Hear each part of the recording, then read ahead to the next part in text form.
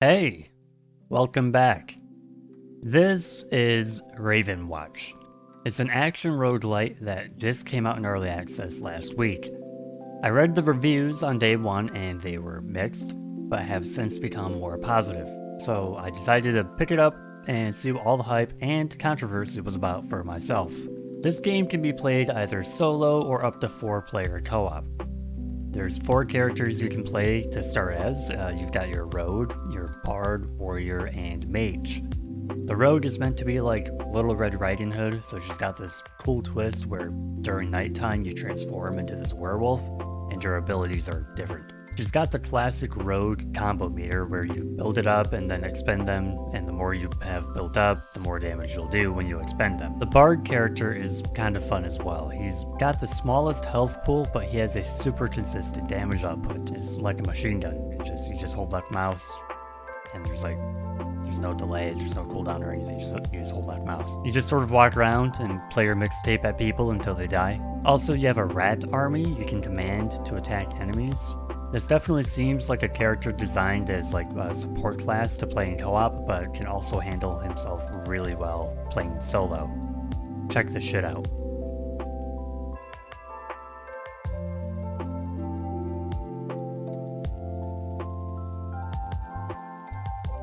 The warrior. This was the first character I played, and I can't say I'm a big fan. I even went back and played him again after getting more familiar with the game, and yeah, I don't think he's too good of a character, at least while playing solo. Once I started to get the hang of him, I did start to perform a little better during fights, but ultimately the health pool is way too low for how many enemies are in some of these fights. Or maybe your armor should be bumped up, I don't know. You get absolutely dominated playing this guy.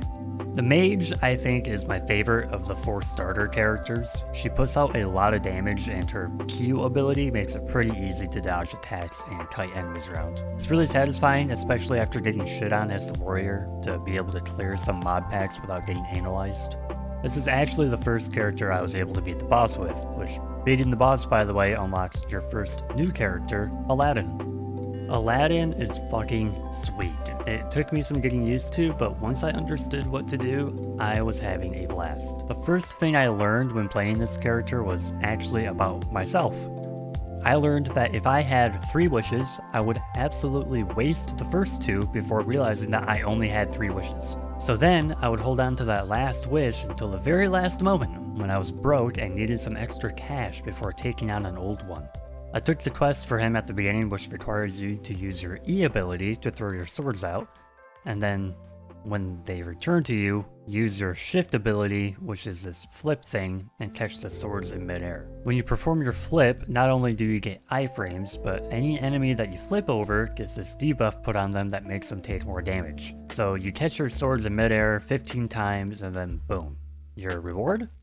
Well, from now on, whenever you catch your swords in midair like that, it grants you a shield. Combo that with this other upgrade I found that allows you to dash in midair. So then when you dash in midair, you gain 15% attack speed for a few seconds, and man, I was engaging enemies like crazy, jumping in there, dishing out DPS, and avoiding damage like it was a nothing. This character is sweet. Unfortunately though, I died while fighting the boss. A valiant effort. Melusine is the final character currently available in the game. She's a siren. With her you have a song mode and a move mode. With move mode, obviously you can move around. In song mode, you control a wisp and use that to attack, but you're unable to move. So you have to perform this balance of like positioning yourself, attacking, then moving somewhere else when enemies get close, which, to be honest, that sounds like every other character in any RPG game ever, but it's just a little different with her. It's like you're playing a turn-based game against real-time enemies. I think that's the best way I can put it. She's an interesting character, but maybe a little gimmicky for my taste. So I mentioned earlier that this game has some controversy. You see, the issue is that this game has a serious content problem, given the price point it is at, which is $20. This game only has 1 chapter in it, Chapter 1, which means you can only play on this map and fight this one boss. The map is sizable for sure. I haven't had a single run where I've been able to get around the entire map while clearing all the content. The map is semi-random though. The footprint is the same every time, but the points of interest and loot are randomized. Another issue lies in the fact that you're on a timer. You only have 4 days in game before you're forced to fight the boss. So you literally just don't have time to do everything in one run, which I'm okay with. It reminds me of the game Elden Sign. Is a board game, like a co-op PvE board game. It's a lot of fun. So after about 25 minutes, you'll be fighting the boss whether you like it or not. So you better make sure you've got some gear and that you've farmed enough to hit level 5 and get your ultimate ability. Sure, it's replayable given there's multiple characters to play as and level up and items to unlock and higher difficulty levels to try out.